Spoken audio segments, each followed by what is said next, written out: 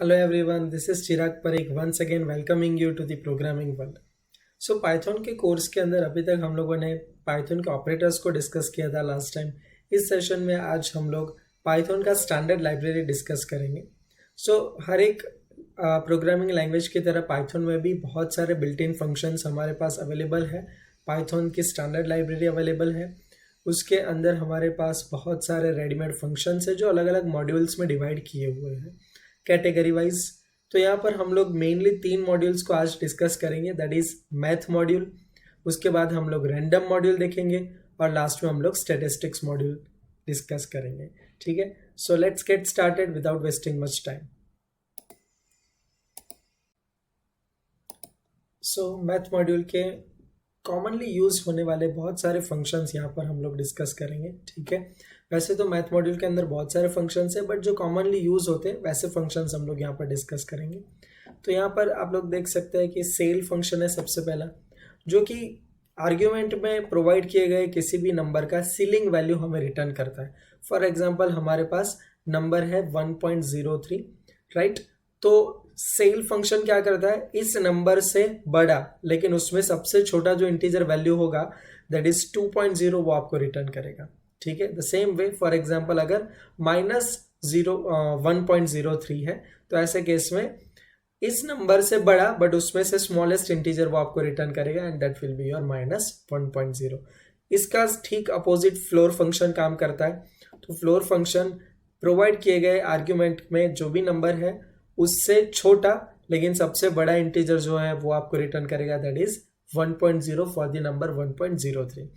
And minus के अंदर -1.03, तो फ्लोर क्या करेगा, आर्ग्यूमेंट में ये जो भी नंबर है आपका उससे बेसिकली छोटा नंबर चाहिए बट उसमें सबसे बड़ा integer and that will be your -2.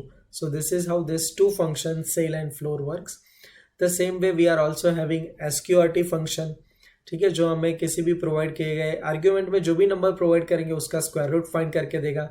उसके बाद हमारे पास एक्सपोनेंट फंक्शन जो हमें बेसिकली किसी भी प्रोवाइड किए गए आर्ग्यूमेंट का exponent, that is you can see here the example math.exp. तो यस, मैथ के किसी भी फंक्शन को कॉल करना है तो सबसे पहले तो हमें मैथ को इंपोर्ट करना पड़ेगा. वो अभी डेमोन्स्ट्रेट करके आपको मैं दिखा देता हूँ आइडियली में एग्जीक्यूट करके. बट इंपोर्ट करने के बाद भी अगर फंक्शन को कॉल करना है तो मॉड्यूल का नाम भी हमें यूज करना पड़ेगा, दैट इज math.exp. आर्ग्यूमेंट में हमने पास किया 2.0, तो वो क्या करेगा, e⁻², आपको फाइंड आउट करके देगा. तो e यहाँ पर एक मैथमेटिकल कांस्टेंट है जिसकी वैल्यू क्या है वो हम अपकमिंग स्लाइड में देखेंगे. नेक्स्ट हमारे पास है f एब्सोल्यूट फंक्शन, जो बेसिकली मैथ्स के अंदर जो मोड आप लोग यूज करते थे ठीक वैसे ही काम करता है. प्रोवाइड किए गए नंबर का पॉजिटिव नंबर रिटर्न करता है. तो f एब्सोल्यूट में अगर पॉजिटिव नंबर रिटर्न करोगे तो प्रोवाइड करोगे तो एज इट इज रिटर्न करेगा. नेगेटिव नंबर पास करोगे तो उसका पॉजिटिव नंबर आपको रिटर्न करेगा. तो ये सारे फंक्शंस यहाँ पर है आपके पास. नेक्स्ट है लॉग रिलेटेड फंक्शंस, जो आपको बेसिकली नेचुरल लॉगरिथम किसी भी नंबर का फाइंड करके देगा, लॉग फंक्शन. ठीक है, math.log. यहाँ पर बेस ऑप्शनल आर्ग्यूमेंट है, you can see here square bracket में लिखा हुआ है, that means it is an optional argument. तो प्रोवाइड किए गए नंबर का लॉगरिथम टू द बेस ई, अगर आपने बेस प्रोवाइड नहीं किया है तो टू द बेस ई वो आपको रिटर्न करेगा. और अगर आप बेस प्रोवाइड कर रहे हो तो उस बेस के साथ उसका लॉगरिथम आपको रिटर्न करेगा. आप log to the base 10 find करना चाहते हो, then you are having a dedicated function, that is log10 function. Power function, कोई भी बेस या एक्सपोनेंट नंबर आप प्रोवाइड करो उसका वो पावर फाइंड आउट करके देगा. फॉर एग्जांपल यहाँ पर आप लोग देख सकते हो पावर फंक्शन के अंदर 2 आर्ग्यूमेंट पास किए हैं 4 and 2. तो यहाँ पर 4 आपका बेस बनेगा, 2 आपका एक्सपोनेंट में जाएगा, 4:2 आपको फाइंड आउट करके देगा. ठीक इसी तरीके से मैथ्स के रिलेटेड जो आपके फंक्शंस है वो है साइन, कोसाइन, टेंजेंट. तो ये सारे मैथमेटिकल फंक्शंस यहाँ पर प्रेजेंट है पाइथन के स्टैंडर्ड लाइब्रेरी के अंदर, मैथ मॉड्यूल के अंदर, जो आप यूज कर सकते हो. इसके अलावा डिग्री और रेडियंस भी फंक्शन है. तो यस, डिग्री और रेडियन बेसिकली किसी भी एंगल का मेजरमेंट करने के लिए 2 अलग अलग यूनिट है. तो अगर आपके पास रेडियन में वैल्यू है और आप उसको डिग्री में कन्वर्ट करना चाहते हो, then you are having the degrees function. और अगर आपके पास एंगल का जो वैल्यू है वो डिग्री के फॉर्म में है, डिग्री यूनिट के अंदर है और आप उसको रेडियन में कन्वर्ट करना चाहते हो, then also you are having a dedicated function जो आपको कन्वर्ट करके देगा। नेक्स्ट यहाँ पर आप लोग देख सकते हो फंक्शंस के अलावा मैथ मॉड्यूल के अंदर हमारे पास कुछ कांस्टेंट भी अवेलेबल है, दैट इज मैथ डॉट पाई जो आपको पाई का वैल्यू रिटर्न करेगा, एंड मैथ डॉट ई जो अभी हमने बात की थी मैथमेटिकल कांस्टेंट ई जिसकी वैल्यू यहाँ पर लिखी हुई है। तो ये रेडीमेड कांस्टेंट हमारे पास मैथ मॉड्यूल में फंक्शन के अलावा कांस्टेंट्स भी अवेलेबल है।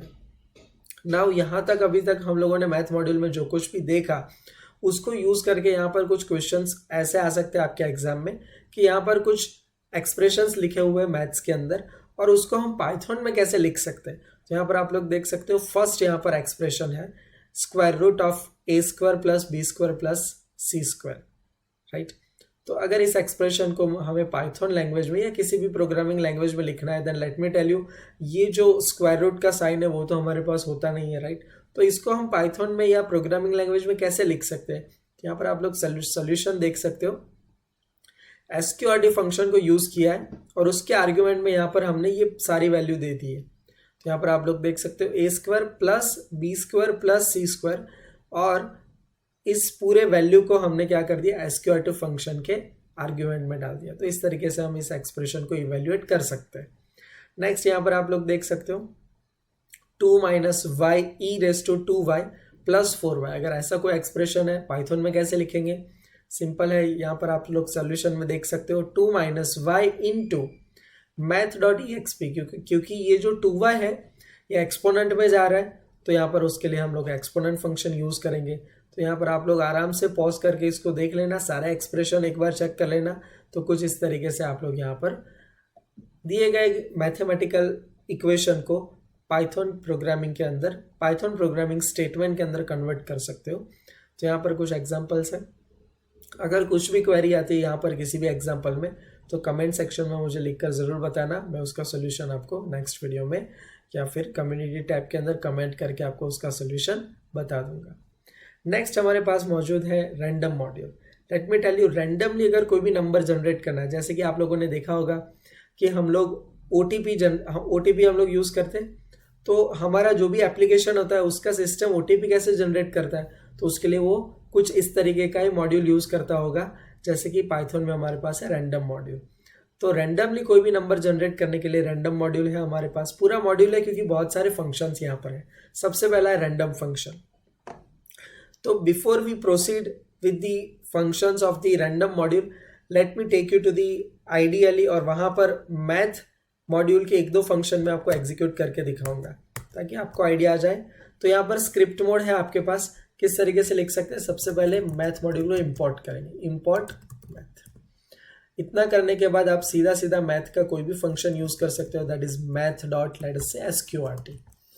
आर्ग्यूमेंट में लेट अस से कोई भी वैल्यू हम लोग पास कर देंगे 16, ठीक है। तो उसका हमें स्क्वायर रूट फाइंड करके दे देगा, बट जब तक कि हम इसको प्रिंट नहीं करेंगे इसकी वैल्यू हमें पता नहीं चलेगी। तो मैं इस पूरे फंक्शन कॉल को प्रिंट के अंदर डाल दूंगा एंड दैट्स इट। चेंजेस को सेव करने के बाद मैं यहाँ पर इसको एग्जीक्यूट करने जा रहा हूँ। You can see the output. तो इस तरीके से आप मैथ मॉड्यूल को इंपोर्ट कर सकते हैं। इंपोर्ट करने के बाद फंक्शन को कॉल कर सकते हो। Let us take another example. यहाँ पर मैं सेल फंक्शन अभी यूज करना चाहूँगा।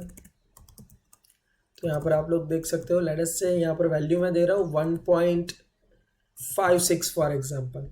तो उसकी सीलिंग वैल्यू क्या होगी, of course it will be 2। Let us test it, F5। यहाँ पर आप लोग देख सकते हो उसकी सीलिंग वैल्यू है। तो इस तरीके से आप लोग बेसिकली स्क्रिप्ट मोड में मॉड्यूल को इंपोर्ट करने के बाद उसके फंक्शंस को यूज कर सकते हो। Now let's come back here.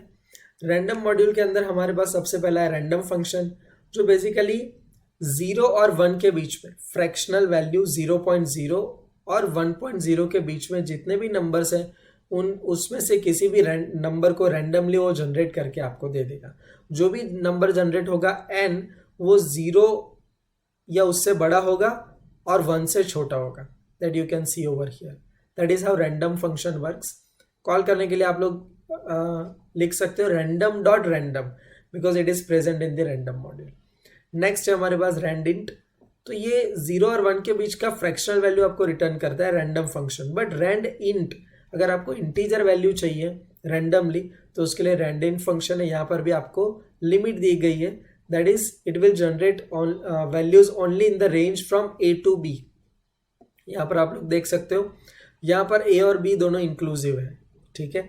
ए और बी के बीच का कोई भी इंटीजर वैल्यू आपको रैंडमली जनरेट करके दे देगा। नेक्स्ट है आपके पास रैंड रेंज फंक्शन, जो 3 आर्ग्यूमेंट एक्सेप्ट करता है, स्टार्ट, स्टॉप एंड स्टेप।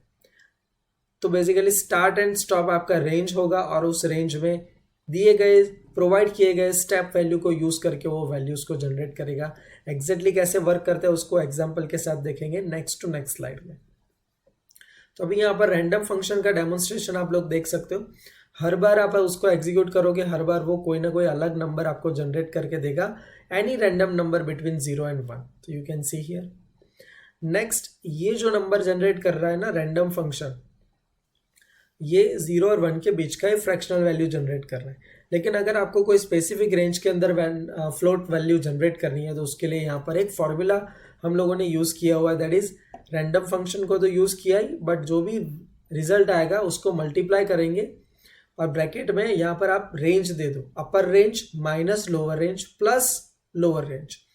तो इस तरीके का कुछ फॉर्मूला रखोगे, then it will get you the value any random fractional value between the 15 to 35। Lower bound और अपर बाउंड वैल्यूज आप लोग यहाँ पर प्रोवाइड कर सकते हो। You can see here it has generated the number 27.7219, right. तो इस तरीके से वो रैंडम नंबर आप किसी भी दिए गए रेंज के लिए जनरेट कर सकते हो। यहाँ पर आपको 15 की जगह पर आपका लोअर रेंज रखना है और 35 की जगह पर आपका अपर रेंज लिखना है। उन दोनों के बीच की वैल्यू वो जनरेट करके आपको दे देगा। नेक्स्ट, यहाँ पर रैंडिंट आप लोग देख सकते हो, 15 और 35 के बीच में कोई भी इंटीजर वैल्यू वो आपको जनरेट करके दे देगा। नेक्स्ट, रैंड रेंज जो फंक्शन है उसके बेसिकली 3 वेरिएशंस यहाँ पर हमारे पास है, जो सिर्फ 3 वेरिएशन कुछ इस तरीके से है कि रैंड रेंज फंक्शन एक वैल्यू के एक आर्ग्यूमेंट के साथ भी आप उसको यूज कर सकते हो, 2 आर्ग्यूमेंट के साथ भी, 3 आर्ग्यूमेंट के साथ भी। अगर एक ही आर्ग्यूमेंट यूज किया गया है देन वो आर्ग्यूमेंट वैल्यू आपकी स्टॉप वैल्यू काउंट की जाएगी। अगर 2 आर्ग्यूमेंट आपने पास किए हैं रैंड रेंज फंक्शन के अंदर, तो पहला जो वैल्यू है वो स्टार्ट नंबर काउंट किया जाएगा और दूसरा वैल्यू स्टॉप वैल्यू काउंट की जाएगी। और 3 आर्ग्यूमेंट अगर है तो start, stop and step value. यहाँ पर एक एक करके एग्जांपल देखते हैं। फॉर एग्जांपल यहाँ पर स्टॉप वैल्यू दी गई है 45। In that case let me tell you, start value वो बाय डिफॉल्ट 0 काउंट करेगा और step value by default +1 count करेगा।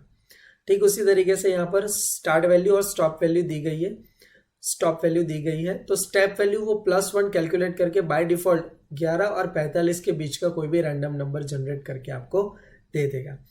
नेक्स्ट, यहाँ पर लोअर रेंज, अपर range, start value, stop value के साथ स्टेप वैल्यू भी दी गई है। What does that mean?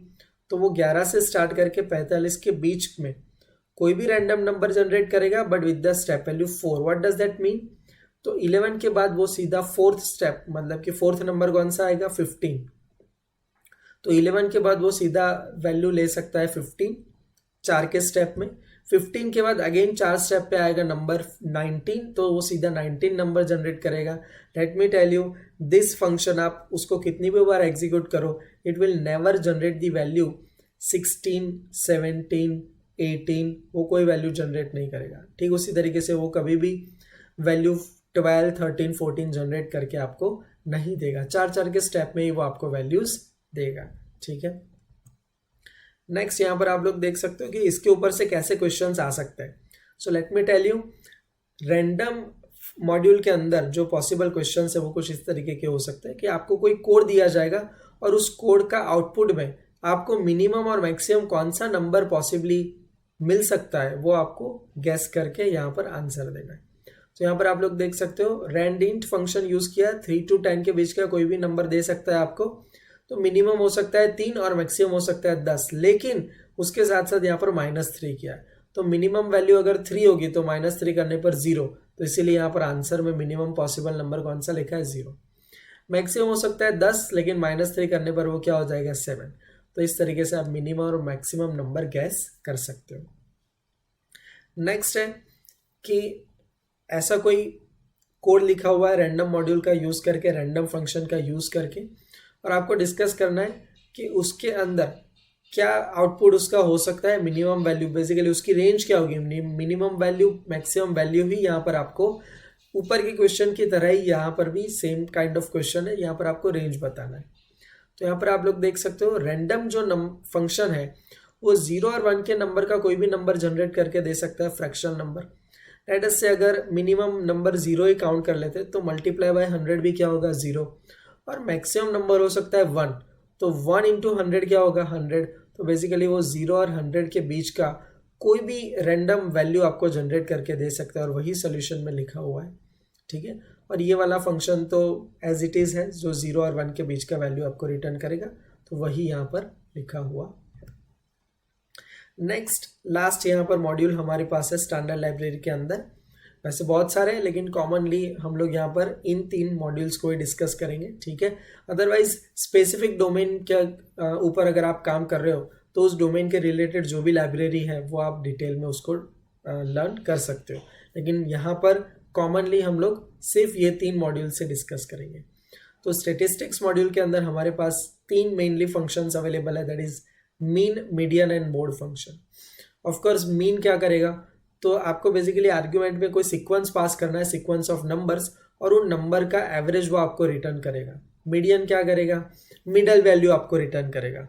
अगर ऑड नंबर ऑफ वैल्यूज है, फॉर एग्जांपल सीक्वेंस में 5 नंबर है, तो तीसरा नंबर आपका मिडल होगा असेंडिंग में अरेंज करने के बाद, या फिर डिसेंडिंग में अरेंज करने के बाद, ऑफ कोर्स।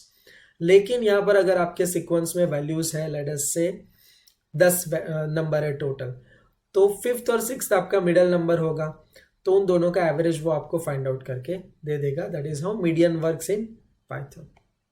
नेक्स्ट मोड, जो आपको मोस्ट रिपीटेड वैल्यू आपके सीक्वेंस में जो है वो आपको रिटर्न करेगा। उसका एग्जांपल यहाँ पर आप लोग देख सकते हो। तो यहाँ पर एक सीक्वेंस दिया गया है, उसका मीन वैल्यू आप लोग देख सकते हो। अगर एवरेज फाइंड आउट करोगे तो उसका मीन वैल्यू आपको मिल जाएगा 8.25। मीडियन, अगर आप लोग इसको असेंडिंग ऑर्डर में इस सीक्वेंस को अरेंज करोगे और उसका मिडल वैल्यू देखोगे तो वो होगा 6.0। मोड, मोस्ट रिपीटेड वैल्यू यहाँ पर होगा 5, तो इसीलिए यहाँ पर इस तरीके से कुछ आंसर मिल रहा है आपको, ठीक है। तो जस्ट होल्ड ऑन।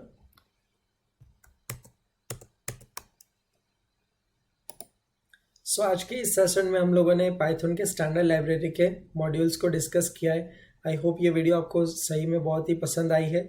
अगर पसंद आई है तो इस वीडियो को ज़रूर लाइक कर देना, अपने फ्रेंड्स के साथ शेयर कर देना। हम लोग ऑब्जर्व कर रहे हैं कि आप लोग वीडियोस देख रहे हो लेकिन इतने लाइक्स नहीं कर रहे हो, भूल जा रहे हो शायद, तो वीडियो को लाइक कर देना, अपने फ्रेंड्स के साथ शेयर कर देना, और चैनल को अभी तक सब्सक्राइब नहीं किया है तो चैनल को सब्सक्राइब भी कर देना। और इसी तरीके के आने वाले वीडियोस के नोटिफिकेशंस के लिए बेल आइकन को भी प्रेस कर देना, ठीक है। तो नेक्स्ट सेशन के अंदर हम लोग पाइथन के कंट्रोल फ्लो स्टेटमेंट्स को डिस्कस करेंगे। So that's it for today, thank you.